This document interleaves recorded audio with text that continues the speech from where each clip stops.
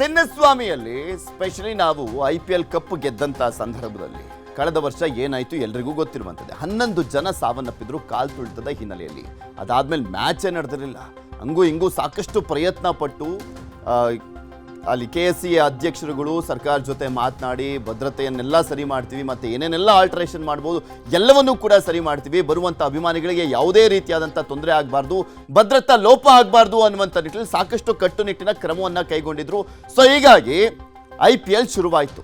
IPLನಿಂದ ಮತ್ತೆ ಅಲ್ಲಿ ಕ್ರಿಕೆಟ್ ಆರಂಭವಾಗಿತ್ತು ಚಿನ್ನಸ್ವಾಮಿಯಲ್ಲಿ. ಆದರೆ ಈಗ ಮತ್ತೆ ಭದ್ರತಾ ಲೋಪ ಆಯ್ತಾ ಅನ್ನುವಂಥ ಒಂದು ಪ್ರಶ್ನೆ ಇದೆ. RCB ವರ್ಸಸ್ GT ಪಂದ್ಯದ ವೇಳೆ CCTV ಆಫ್. ಮೊನ್ನೆ ನಡೀತಲ್ಲ ಕೊನೆಯ ಪಂದ್ಯ, ಚಿನ್ನಸ್ವಾಮಿ ಲೀಗ್ ಹಂತದ ಕೊನೆಯ ಪಂದ್ಯ ನಡೀತು ಚಿನ್ನಸ್ವಾಮಿ ಸ್ಟೇಡಿಯಂನಲ್ಲಿ RCB ವರ್ಸಸ್ ಗುಜರಾತ್ ಟೈಟನ್ಸ್ ನಡುವೆ. ಈ ಸಂದರ್ಭದಲ್ಲಿ 240 CCTVಗಳನ್ನು ಆಫ್ ಮಾಡಲಾಗಿತ್ತಂತೆ. ಒಮ್ಮೆಲೆ 240 CCTVಗಳು ಆಫ್ ಆಗಿದ್ದು ಹೇಗೆ ಅಂತ, ಪ್ರವೇಶ ದ್ವಾರಗಳ CCTV, ಫೈಬರ್ ಸಂಪರ್ಕ ಕಡಿತ, ನೆಟ್ವರ್ಕ್ ವಿಡಿಯೋ ರೆಕಾರ್ಡರ್ ಸಂಪರ್ಕವನ್ನ ಕಡಿತ ಮಾಡಲಾಗಿತ್ತು. ಮಂಜುನಾಥ್ ಅಬ್ದುಲ್ ಎಂಬುವರಿಂದ ಈ ಕೃತ್ಯವನ್ನ ಮಾಡಲಾಗಿತ್ತಂತೆ. ಮಂಜುನಾಥ್ ಮತ್ತೆ ಅಬ್ದುಲ್ ಅಂತ ಇವರಿಬ್ಬರು ಮಾಡಿದ್ದಂತ ಕೃತ್ಯ ಇದು. ನಿಷ್ಕ್ರಿಯಗೊಂಡ ಕಾರ್ಡನ್ನು ಬಳಸಿ ಕ್ರೀಡಾಂಗಣ ಪ್ರವೇಶ ಮಾಡಿದ್ರು. CCTV ಸರ್ವರ್ ರೂಮ್ ಪ್ರವೇಶವನ್ನ ಮಾಡಿದ್ರು ಈ ಆರೋಪಿಗಳು. ಅನಧಿಕೃತವಾಗಿ ಪ್ರವೇಶ ಮಾಡಿ ಸಂಪರ್ಕವನ್ನ ಕಡಿತ ಮಾಡಿದ್ದಾರೆ. ಅನಧಿಕೃತವಾಗಿ ಎಂಟ್ರಿ ಆಗಿದ್ರಂತೆ. ಅನಧಿಕೃತ ಎಂಟ್ರಿ ಆಗುವಂತ ಸಂದರ್ಭದಲ್ಲಿ ಯಾರು ಏನು ಮಾಡ್ತಾ ಇದ್ರು, ಅಲ್ಲಿ ಯಾವುದೇ ಸೆಕ್ಯೂರಿಟಿ ಇರಲಿಲ್ವಾ? ಈ ಪ್ರಶ್ನೆಗಳು ಕೂಡ ಬರ್ತಾವಲ್ಲ. ಸಮಸ್ಯೆ ಗೊತ್ತಾಗಿ ಅಲರ್ಟ್ ಆಗಿದ್ದಂಥ ಪೊಲೀಸರು ಯಾವುದೇ ಗೊಂದಲ ಸಮಸ್ಯೆ ಆಗದಂತೆ ಕ್ರಮವನ್ನ ಕೈಗೊಂಡಿದ್ದಾರೆ. ಆದರೆ ಸರ್ವರ್ ರೂಮ್ಗೆ ಇಬ್ಬರು ಪ್ರವೇಶಿಸಿದ್ದು ಹೇಗೆ, ಅವರಿಬ್ಬರು ಹೇಗೆ ಹೋದ್ರು ಅಂತ ಕಬ್ಬನ್ ಪಾರ್ಕ್ ಪೊಲೀಸ್ ಠಾಣೆಯಲ್ಲಿ ದೂರು ದಾಖಲಾಗಿದೆ. ಆರೋಪಿಗಳ ಬಗ್ಗೆ ಮಾಹಿತಿಯನ್ನ ಸಂಗ್ರಹಿಸ್ತಾ ಇದ್ದಾರೆ ಪೊಲೀಸರು. ಅವರಿಬ್ಬರು ಎಂಟ್ರಿ ಆಗಿದ್ದಾದ್ರೂ ಹೇಗೆ ಅನ್ನುವಂಥದ್ರ ಬಗ್ಗೆ ಮಾಹಿತಿಯನ್ನ ಕಲೆಕ್ಟ್ ಮಾಡ್ತಾ ಇದ್ದಾರೆ. ಯಾಕೆಂದ್ರೆ ಪ್ರತಿಯೊಬ್ಬರ ಬಗ್ಗೆನೂ ಕೂಡ 10 ದಿನ ಕಣ್ಣಿಟ್ಟಿರ್ತಾರೆ ಪೊಲೀಸರು. ಅಲ್ಲಿ ಒಬ್ಬ ಪ್ರೇಕ್ಷಕ ಒಳಗೆ ಹೋಗ್ಬೇಕಾದ್ರೂ ಕೂಡ ಟಿಕೆಟ್ ಅನ್ನ ತೋರಿಸ್ಬೇಕು. ಇನ್ಯಾರೋ ಒಬ್ಬ ಒಳಗೆ ಹೋಗ್ಬೇಕು, ಅಲ್ಲಿ ಒಬ್ಬ ಸಿಬ್ಬಂದಿ ಅಂದ್ರೂ ಕೂಡ ಆತ ಕೂಡ ತನ್ನ ರೆಕಾರ್ಡ್ಸ್ ಅನ್ನ ತೋರಿಸ್ಬೇಕು.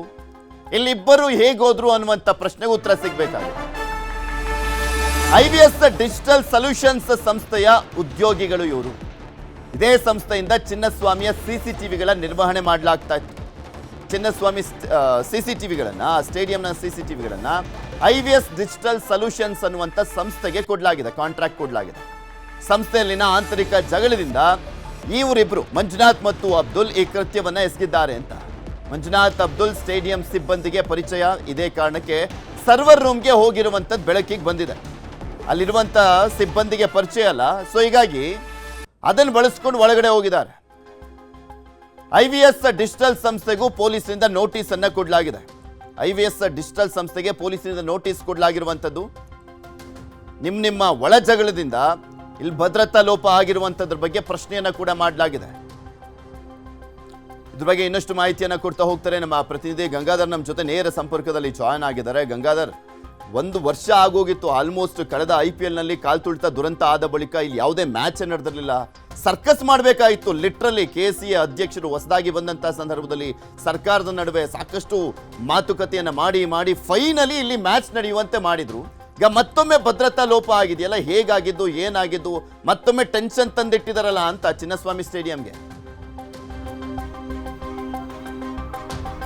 ಪೃಥ್ವಿರಾಜ್, ಚಿನ್ನಸ್ವಾಮಿಯ ಸ್ಟೇಡಿಯಂನಲ್ಲಿ RCB ವರ್ಸಸ್ GTಯ ಕೊನೆಯ ಲೀಗ್ ಪಂದ್ಯಾವಳಿ ನಡೀತಾ ಇತ್ತು. ಅಂದ್ರೆ ಎಲ್ಲ ಒಂದು 5 ಪಂದ್ಯಾವಳಿಗಳು ಸಹ ಯಾವುದೇ ರೀತಿಯಾದಂತಹ ಭದ್ರತಾ ಲೋಪ ಆಗದಂತ ರೀತಿಯಲ್ಲಿ ಪೊಲೀಸರು ಮುನ್ನೆಚ್ಚರಿಕೆಯಾಗಿ ಹೆಚ್ಚಿನ ಬಂದೋಬಸ್ತನ್ನ ಮಾಡಿಕೊಂಡು ಪ್ಲಾನ್ ಅನ್ನ ಮಾಡ್ಕೊಂಡಿದ್ರು. ಆದ್ರೆ ಅವತ್ತಿನ ದಿನ 24ನೇ ದಿನ 11 ಗಂಟೆಯ ವೇಳೆಯಲ್ಲಿ ಅಲ್ಲಿನ ಆಡಳಿತ ಮಂಡಳಿಯವರು ಪರಿಶೀಲನೆ ಮಾಡಿದಂತಹ ಸಂದರ್ಭದಲ್ಲಿ 240ಕ್ಕೂ ಹೆಚ್ಚು CC ಕ್ಯಾಮೆರಾಗಳ ಫೀಡ್ ಏನಿತ್ತು ಅವೆಲ್ಲವೂ ಕೂಡ ಆಫ್ ಆಗಿರುವಂತದ್ದು ಗೊತ್ತಾಗಿದೆ. ಜೊತೆಗೆ ಇಂಟ್ರಿಗೇಟ್ ಆಗಿರಬಹುದು, ಮತ್ತೆ ಒಳಗಡೆ CC ಕ್ಯಾಮೆರಾ ಆಪರೇಟ್ ಮಾಡುವಂತದ್ದಾಗಿರ್ಬೋದು, ಮತ್ತೆ ಕನೆಕ್ಷನ್ ಕೊಡುವಂತದ್ದು, ಡೇಟಾ ಎಂಟ್ರಿ ಏನೆಲ್ಲ ಏನಿರುತ್ತೆ ಡೇಟಾ ಆಫ್ ಆಗಿರುವಂತದ್ದು ಗೊತ್ತಾಗಿದೆ. ಆನಂತರ ಅಲ್ಲಿನ CC ಕ್ಯಾಮೆರಾಗಳನ್ನ ಅಬ್ಸರ್ವ್ ಮಾಡುವಂತಹ ಸಂದರ್ಭದಲ್ಲಿ ಅದರಲ್ಲಿ ಮಂಜುನಾಥ್ ಮತ್ತೆ ಅಬ್ದುಲ್ ಎನ್ನುವರು ಒಳಗಡೆ ಸರ್ವರ್ ರೂಮ್ಗೆ ಹೋಗಿರುವಂತದ್ದು, ಮತ್ತೆ ನಿಷ್ಕ್ರಿಯಗೊಂಡಂತಹ ಪಾಸ್ಗಳನ್ನ ಬಳಕೆ ಮಾಡುವಂತದ್ದು ಗೊತ್ತಾಗಿದೆ. ಆದ್ರೆ ಇಲ್ಲಿ ವಿಚಾರಣೆಯ ಸಂದರ್ಭದಲ್ಲಿ, ಯಾಕಂದ್ರೆ ಪೊಲೀಸರ ಒಂದು ಭದ್ರತಾ ವೈಫಲ್ಯ ಅಲ್ಲಿ ಅಂದ್ರೆ ಆ ಒಂದು ಸಂದರ್ಭದಲ್ಲಿ ಇದು ಮ್ಯಾಚ್ ಸಂಜೆ ಪ್ರಾರಂಭ ಆಗ್ತಾ ಇದೆ. ಆದ್ರೆ ಇಂತಹ ಸಂದರ್ಭದಲ್ಲಿ CC ಕ್ಯಾಮೆರಾಗಳು ಆಫ್ ಆಗಿದೆ, ಮೇನ್ ಜಾಗದಲ್ಲಿ ಈ ತರ ಆಫ್ ಆಗಿರುವಂತದ್ದು, ಡೇಟಾದೆಲ್ಲ ಕೂಡ ನಿಷ್ಕ್ರಿಯಗೊಳಿಸಿರುವಂತದ್ದು ಅನ್ನುವಂಥದ್ದು ಏನಿದೆ ಇದನ್ನ ಪರಿಶೀಲನೆ ಮಾಡಿದಂತಹ ಸಂದರ್ಭದಲ್ಲಿ IVS ಎಂಬ ಡಿಜಿಟಲ್ ಸೊಲ್ಯೂಷನ್ ಅಂತ ಒಂದು ಸಂಸ್ಥೆ ಏನಿದೆ ಅದರಲ್ಲಿ ಕಾರ್ಯನಿರ್ವಹಣೆ ಮಾಡುವಂತಹ ಮಂಜುನಾಥ್ ಕಲಾಂ ಇಬ್ಬರು ಕೂಡ ತುಂಬಾ ದಿನಗಳಿಂದಲೂ ಕೂಡ ಈ IVS ಎಂಬ ಸಂಸ್ಥೆ ಏನಿದೆ ಇದು ಆ ಒಂದು ಟೆಂಡರ್ ಪ್ರಕ್ರಿಯೆಯ ಒಂದು ಸಂಸ್ಥೆ ಆಗಿರುವಂತದ್ದು. ಇದರಲ್ಲಿ 3-4 ಸಂಸ್ಥೆಗಳು CCTV ಕ್ಯಾಮೆರಾಗಳ ಒಂದು ಆಪರೇಟ್ ಮಾಡುವಂತಹ ಸಂಸ್ಥೆಗಳಾಗಿದೆ. ಅದರಲ್ಲಿ ಇದು ಒಂದು ಕಂಪನಿ ಆಗಿರುವಂತದ್ದು. ಇದರಲ್ಲಿ ಇವರಿಬ್ಬರು ಕೂಡ ಕೆಲಸ ಮಾಡುವಂತದ್ದು.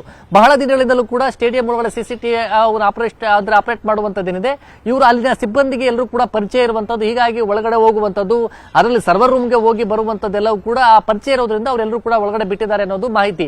ಆದ್ರೆ ಕಬ್ಬನ್ ಪಾರ್ಕ್ ಪೊಲೀಸರು ಪರಿಶೀಲನೆ ಮಾಡಿದಂತಹ ಸಂದರ್ಭದಲ್ಲಿ ಇವರ ಆಂತರಿಕ ಅಂದ್ರೆ ಸಂಸ್ಥೆ ಅಂದ್ರೆ IVS ಸಂಸ್ಥೆ ಒಳಗಡಿನ ಇವರ ಆಂತರಿಕ ಒಳಜಗಳದಿಂದ ಈ ರೀತಿಯಾಗಿ ಇಬ್ಬರು ಕೂಡ ಆರೋಪಿಗಳು ಈ ರೀತಿ ದುಷ್ಕೃತ್ಯ ನಡೆಸಿರುವಂತದ್ದು ಗೊತ್ತಾಗಿರುವಂತದ್ದು. ಈ ನಿಟ್ಟಿನಲ್ಲಿ ಆದಿತ್ಯ ಭಟ್ ಅನ್ನುವರು ಆಡಳಿತ ಮಂಡಳಿಯ ಆದಿತ್ಯ ಭಟ್ ಅನ್ನೋರು ಈಗ ಕಬ್ಬನ್ ಪಾರ್ಕ್ ಪೊಲೀಸ್ ಠಾಣೆಗೆ ಕಂಪ್ಲೇಂಟ್ ಅನ್ನ ಕೊಟ್ಟಿದ್ದಾರೆ. ಮತ್ತೆ FIR ಕೂಡ ದಾಖಲಾಗಿದೆ. ಅಂದ್ರೆ ಇದು ಒಂದು ಭದ್ರತಾ ದೊಡ್ಡ ಮಟ್ಟದಲ್ಲಿ CC ಕ್ಯಾಮೆರಾಗಳು ಆಫ್ ಆಗಿರುವಂತದ್ದು ಗೊತ್ತಾಗಿದ ತಕ್ಷಣ ಪೊಲೀಸರು ತಮ್ಮ ಸಮಯ ಪ್ರಜ್ಞೆಯಿಂದ ಯಾವುದೇ ರೀತಿ ಅಂದ್ರೆ ಅವತ್ತು ಮ್ಯಾಚ್ನ ಸಂದರ್ಭದಲ್ಲಿ ಯಾವುದೇ ಸಮಸ್ಯೆ ಬರದಂತೆ ಒಂದು ಸ್ವಲ್ಪವೂ ಕೂಡ ಗೊಂದಲಮಯ ಆಗದಂತೆ ಅಂದ್ರೆ ಪ್ಯಾನಿಕ್ ಆಗುವಂತ ರೀತಿಯಲ್ಲಿ ಕ್ಯಾಮೆರಾಗಳಾಗಿದೆ. ಜನ ಅಲ್ಲೆಲ್ಲ ಕೂಡ ಅಂದ್ರೆ ಇಲ್ಲಿ ಗಂಗಾಧರ್ ಮ್ಯಾಚ್ ಶುರುವಾಗ್ಲಿಕ್ಕೂ ಮುಂಚೆನೆ ಪೊಲೀಸರ ಗಮನಕ್ಕೆ ಬಂತ ಇಲ್ಲಿ CCTVಗಳು ಆಫ್ ಆಗಿದ್ದಾವೆ ಅನ್ನುವಂತ ನಿಟ್ಟಿನಲ್ಲಿ ಅದಾದ್ಮೇಲೆ ಆನ್ ಮಾಡ್ಲಾಯ್ತಾ? ಎಸ್ ಖಂಡಿತವಾಗಿಯೂ ಕೂಡ. ಯಾಕಂದ್ರೆ ಇದು ಆಡಳಿತ ಮಂಡಳಿಯವರಿಗೆ ಯಾವತ್ತು ಗಮನಕ್ಕೆ ಬರುತ್ತೋ ಆ ತಕ್ಷಣದಲ್ಲಿ ಇವರೆಲ್ಲರೂ ಕೂಡ ಪೊಲೀಸರಿಗೆ ಮಾಹಿತಿ ಕೊಟ್ಟಿದ್ದಾರೆ. ಆನಂತರ ಇವರು ಬೇರೆ ಸಂಸ್ಥೆಯವರನ್ನ ಕರೆಸಿಕೊಂಡು CC ಕ್ಯಾಮೆರಾಗಳನ್ನ ಆಪರೇಟ್ ಮಾಡುವಂತ ಕೆಲಸವನ್ನ ಅವತ್ತು ಸಂಜೆ ವೇಳೆಗೆ ಮ್ಯಾಚ್ ಪ್ರಾರಂಭದ ಹಂತದಲ್ಲೇ ಅವರೆಲ್ಲ ಮಾಡ್ಕೊಂಡಿದ್ದಾರೆ. ಅನಂತರ ಪೊಲೀಸರು ತಮ್ಮ ಕಂಟ್ರೋಲ್ ರೂಮ್ ನ ಇನ್ನೊಂದು CC ಕ್ಯಾಮೆರಾಗಳ ಆಪರೇಟ್ ಏನಿದೆ ಅವನ್ನ ಹೆಚ್ಚುವರಿಯಾಗಿ ಬಳಸುವಂತಹ ಕೆಲಸವನ್ನ ಕೂಡ ಅಲ್ಲಿನ ಪೊಲೀಸರು ಮಾಡ್ಕೊಂಡಿರುವಂತದ್ದು. ಈ ಕಾರಣಕ್ಕೋಸ್ಕರ ಯಾವುದೇ ರೀತಿಯಾದಂತಹ ಸಮಸ್ಯೆ ಆಗಿಲ್ಲ. ಇವ್ರಿಗೆ ಮಧ್ಯಾಹ್ನದ ವೇಳೆಗೆ ಆಲ್ರೆಡಿ ಗೊತ್ತಾಗುತ್ತೆ ಈ ರೀತಿ ಈ ಪ್ರಾಬ್ಲಮ್ ಆಗಿದೆ ಅಂತೇಳಿ. ಆ ಕ್ಷಣದಲ್ಲಿ ಬೇರೆ ಸಂಸ್ಥೆಯವರನ್ನ ಕರೆಸಿಕೊಂಡು ಏನ್ ಪ್ರಾಬ್ಲಮ್ ಆಗಿತ್ತು, ಫುಟೇಜ್ ಎಲ್ಲ ಕೂಡ ಆ ಫೀಡ್ ಏನಿತ್ತು ಅದೆಲ್ಲ ಏನ್ ಆಫ್ ಆಗಿತ್ತು, ಅದನ್ನ ಟೆಕ್ನಿಕಲ್ ಪ್ರಾಬ್ಲಮ್ಸ್ ಏನಿತ್ತು ಅದನ್ನ ಬೇರೆ ರೀತಿಯಾದಂತಹ ಪ್ಲಾನ್ ಅನ್ನ ಮಾಡಿಕೊಂಡು ಅವೆಲ್ಲವೂ ಕೂಡ ಆಪರೇಟ್ ಆಗುವಂತ ರೀತಿಯಲ್ಲಿ ಮಾಡಿದರೆ ಕೆಲವು ತಾಂತ್ರಿಕ ಸಮಸ್ಯೆಗಳಿಂದ ಆಪರೇಟ್ ಆಗುವಂತ ಗೊತ್ತಾಗಿಲ್ಲ. ಆ ಒಂದು ಒಳಗಡೆ ಸರ್ವರ್ ರೂಮ್ ಅಲ್ಲಿ ಹೋಗಿ ಮೇನ್ ಇದನ್ನೆಲ್ಲ ಕೂಡ ಇವರು ಆಫ್ ಮಾಡಿರುವಂತದ್ದು ಗೊತ್ತಾಗಿತ್ತು. ಹೀಗಾಗಿ ಅವೆಲ್ಲವೂ ಕೂಡ ಉಪಯೋಗ ಆಗುವಂತ ರೀತಿಯಲ್ಲಿ ಮಾಡ್ಕೊಂಡಿದ್ದಾರೆ. ಮತ್ತೆ ಪೊಲೀಸರು ತಮ್ಮ ಒಂದು CCTV ಕಂಟ್ರೋಲ್ ರೂಮ್ ಏನಿತ್ತು ಅವನ್ನ ಹೆಚ್ಚುವರಿಯಾಗಿ ಬಳಕೆ ಮಾಡುವಂತ ರೀತಿಯಲ್ಲಿ ಪ್ಲಾನ್ ಮಾಡಿಕೊಂಡು ಮ್ಯಾನ್ ಪವರ್ ಅನ್ನ ಹೆಚ್ಚಾಗಿ ಮಾಡಿಕೊಂಡು ಯಾವುದೇ ಸಮಸ್ಯೆ ಆಗದಂತ ರೀತಿಯಲ್ಲಿ ಮಾಡಿದ್ದಾರೆ. ಆದ್ರೆ ಇವರಿಬ್ಬರು ಕೂಡ ಇಷ್ಟು ದೊಡ್ಡ ಮಟ್ಟದಲ್ಲಿ ಪ್ಲಾನ್ ಮಾಡಿಕೊಂಡು CC ಕ್ಯಾಮೆರಾ ಫೀಡ್ ಆಫ್ ಮಾಡುವಂತದ್ದೇನಿದೆ ಇದು ಅವರ ಸಂಸ್ಥೆ ಅಂದ್ರೆ IVS ಸಂಸ್ಥೆ ಡಿಜಿಟಲ್ ಸೊಲ್ಯೂಷನ್ ಫೀಡ್ ಏನ್ ಮಾಡ್ತಾರೆ ಆ ಒಂದು ಸಂಸ್ಥೆ ಒಳಜಗಳದ ಪ್ಲಾನ್ ಇದಾಗಿತ್ತು. ಅವರ ಪ್ರಾಬ್ಲಮ್ಸ್ ಇಂದ ಈ ತರ ಎಲ್ಲ ಮಾಡ್ಕೊಂಡಿದ್ದಾರೆ ಅನ್ನೋದು ಗೊತ್ತಾಗಿದೆ. ಹೀಗಾಗಿ ಅವರಿಗೆ ನೋಟಿಸ್ ಇಶ್ಯೂ ಮಾಡಿದ್ದಾರೆ. ಇವತ್ತು ಅವರನ್ನ ವಿಚಾರಣೆ ಮಾಡುತ್ತಾರೆ. ವಿಚಾರಣೆಯ ಸಂದರ್ಭದಲ್ಲಿ ಜೊತೆಯಲ್ಲಿ ಅವರಿಬ್ಬರನ್ನು ಕೂಡ ವಶಕ್ಕೆ ಪಡೆಯುವಂತ ನಿಟ್ಟಿನಲ್ಲಿ ಪೊಲೀಸರೆಲ್ಲ ಕೂಡ ಸಿದ್ಧತೆಯನ್ನ ಮಾಡ್ಕೊಂಡಿರುವಂತದ್ದು. ಪೃಥ್ವಿರಾಜ್. ಓಕೆ, ಧನ್ಯವಾದ ಗಂಗಾಧರ್ ನಿಮ್ಮೆಲ್ಲ ಮಾಹಿತಿಗಾಗಿ.